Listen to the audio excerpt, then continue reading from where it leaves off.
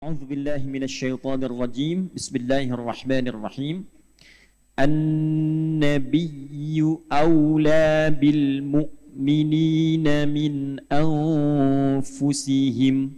Ada ayatnya? Baik, boleh ikuti. An-nabiyyu أولى بالمؤمنين min anfusihim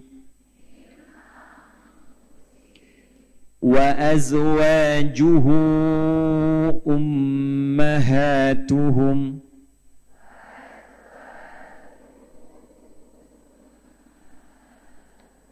Tahan sampai situ. Tolong diberikan tanda di kalimat yang terakhir yang tadi saya sampaikan. Wa azwajuhu ummahatuhum. Sudah? Baik. Saya tuliskan sejenak, nanti kita akan berhenti di situ.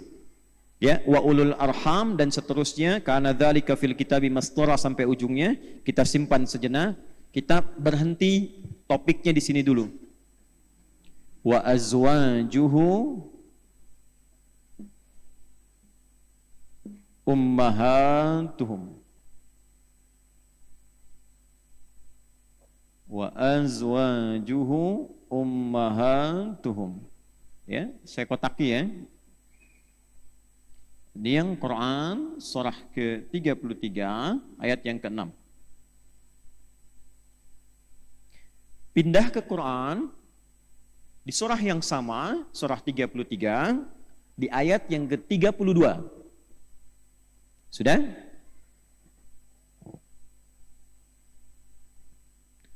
Ada ayatnya? Baik, bismillahirrahmanirrahim. Ya nisa'an nabi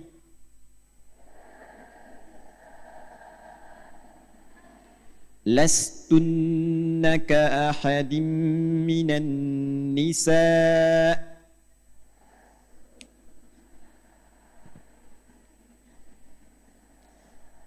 idittaqaitun. Tolong beri tanda sampai situ. Ya. Ibu, dua ayat ini saja ya. Teman-teman yang akhwat, para ibu, dua ayat ini saja.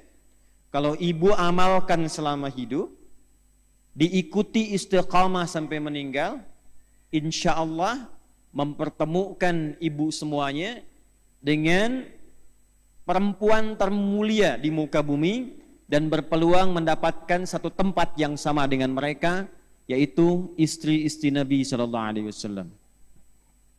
Saya turunkan. Ya nisa'an nabi, kan?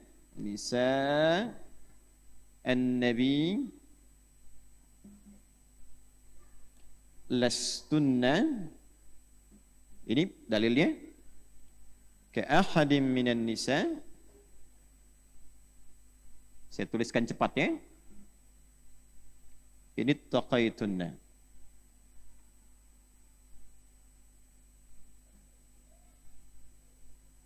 Ini yang ayat ke-32.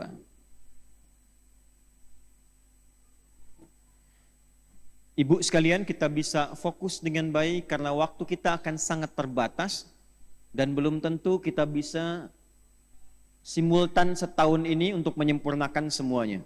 Jadi sedapat mungkin kita bisa fokuskan, saya pun akan sedapat mungkin efektif untuk menyampaikan materinya. Baik, pelan-pelan. Bismillahirrahmanirrahim, kembali ke ayat yang ke-6. An-nabiyyu, nabi itu, ingat kalau pakai alif lam itu artinya khusus. Jadi yang dimaksud di ayat ini bukan semua nabi. Tapi yang dimaksud satu orang nabi yang paling istimewa. Saya ulang ya. Nabi untuk satu. Jama'nya al-anbiya. Kalau beberapa, an-nabiyyin kalau semuanya. Ulang ya. Nabi untuk satu orang. Jadi kalau ada kata nabi, jumlahnya berapa? Satu. Kalau ada kata al-anbiya, nabinya banyak beberapa orang, tapi tidak semuanya. Jelas? Contoh, ada surah ke-21 namanya surah Al-Anbiya. Di situ dikisahkan kisah beberapa nabi, tapi tidak semua nabi. Jelas ya? Nanti kita temukan misalnya kisah Nabi Ayyub alaihissalam, kisah Nabi Yunus alaihissalam, Nabi Zakaria alaihissalam, tapi tidak semua nabi dikisahkan di situ. Jelas Bu ya? Baik, Al-Anbiya beberapa nabi. Tapi kalau disebutkan semua nabi, dari Nabi Adam alaihissalam sampai Nabi Muhammad sallallahu alaihi wasallam, semuanya yang pernah berkehidupan di bumi itu bentuknya berubah menjadi nabiyin. Apa namanya? Baik, dalilnya Quran surah ke-4 An-Nisa ayat ke-69. Ya, Quran surah ke-4 An-Nisa ayat ke-69. Di paling kanan agak ke atas sedikit di mushaf. Sudah? Wa may yuti'illaha war rasula faulaika ma'al ladzina an'ama Allahu 'alaihim minan nabiyyin. Adakah orang yang mau mendedikasikan, menjadikan hidupnya, semua kegiatannya untuk menaati Allah dan Rasulnya saja, kata Allah. Kalau ada man berarti ayatnya untuk setiap orang ya Bu ya, personal. Guru saya mengatakan begini, nah nanti kalau kamu ngaji Quran, rasakan setiap baca ayat itu suratnya untukmu dari Allah. Jadi kalau kita ingin merasakan khusyuk, enak ngajinya, rasakan ketika baca Quran, suratnya itu untuk kita. Disampaikan lewat Rasulullah sallallahu alaihi wasallam. Ibu sedang merasakan gelisah, sedih, kan? Tiba-tiba buka mushaf, ketemu surat Ad-Duha, rasakan itu surat dari Allah untuk ibu. Dan ketika kita membaca dengan perasaan itu khusyuknya beda. Keterimanya tidak akan sama dengan sekedar baca Quran. Nah, ayat ini ingin mengatakan, hei, kata Allah, siapapun. Man itu saya sering terjemahkan dengan siapapun. Maaf, kadang di mushaf ada terjemahan barang siapa gitu ya. Nah, saya tidak pernah menggunakan itu di terjemahan sekarang, karena sampai sekarang saya belum pernah menemukan sampai saat ini itu barang punya siapa. Jadi saya terjemahkan man siapapun. Nah, itu untuk kita semua yang menjadikan semua aktivitas hidupnya untuk menaati Allah dan Rasulnya. Berpakaian karena Allah.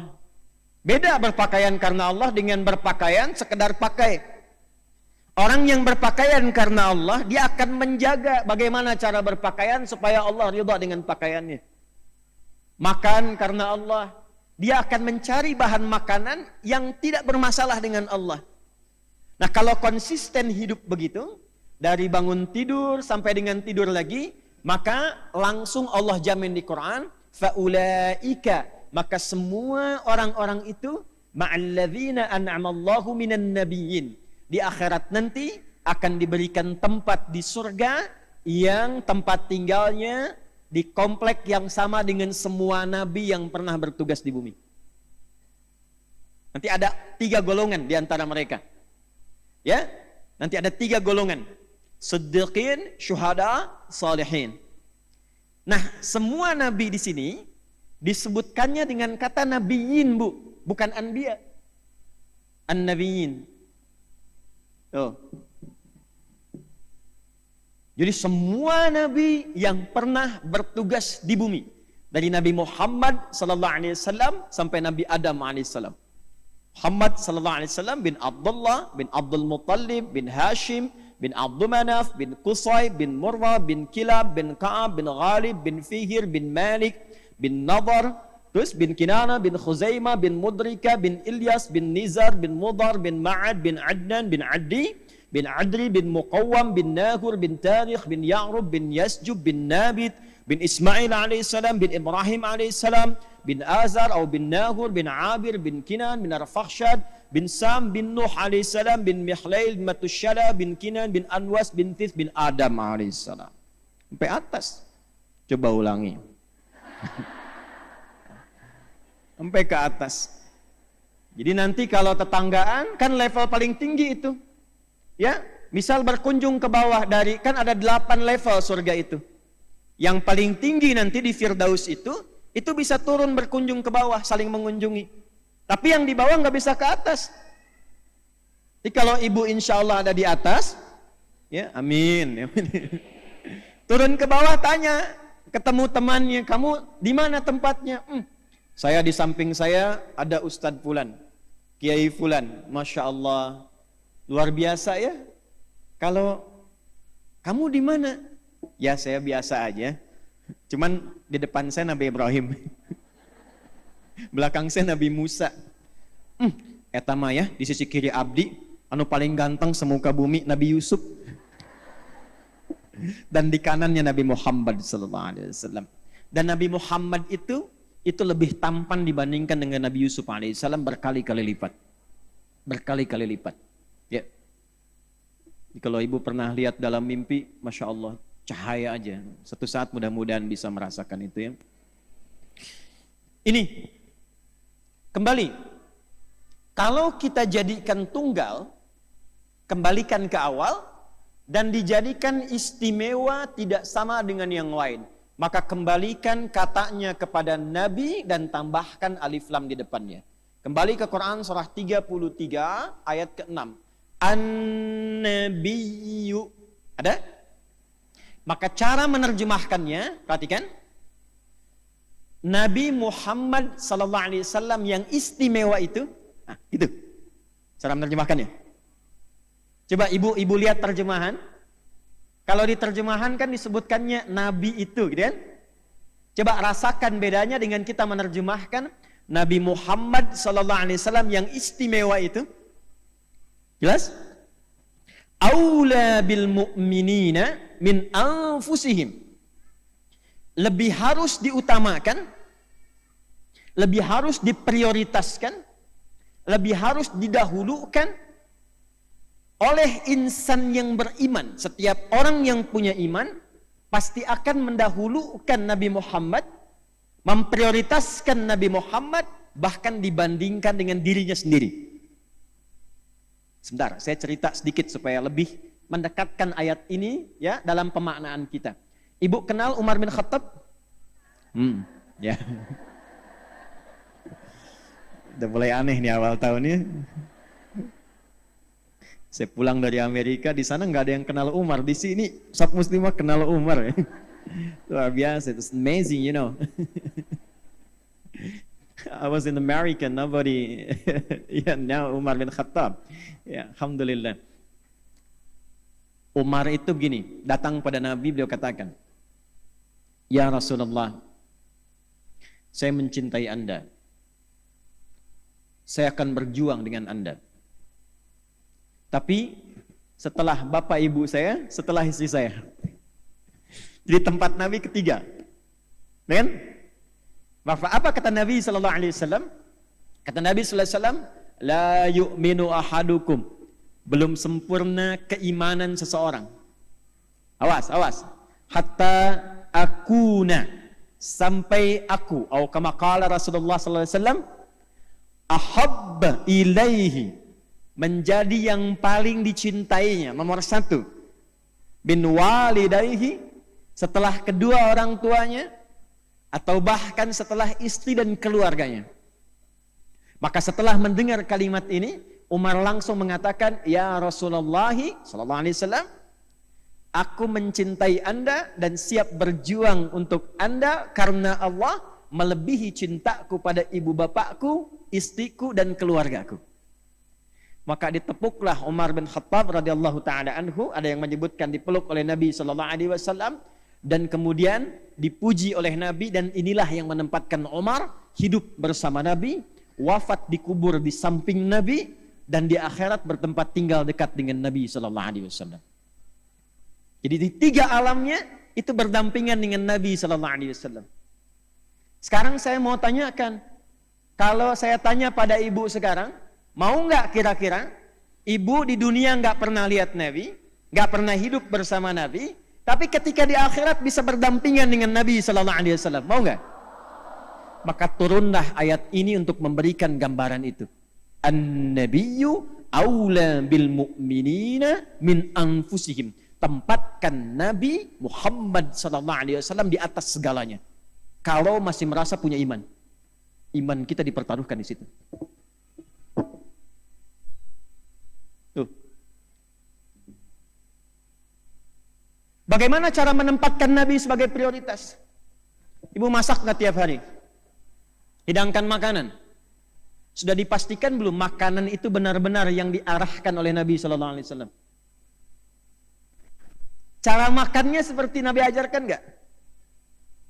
Ibu ada anak, ada cucu.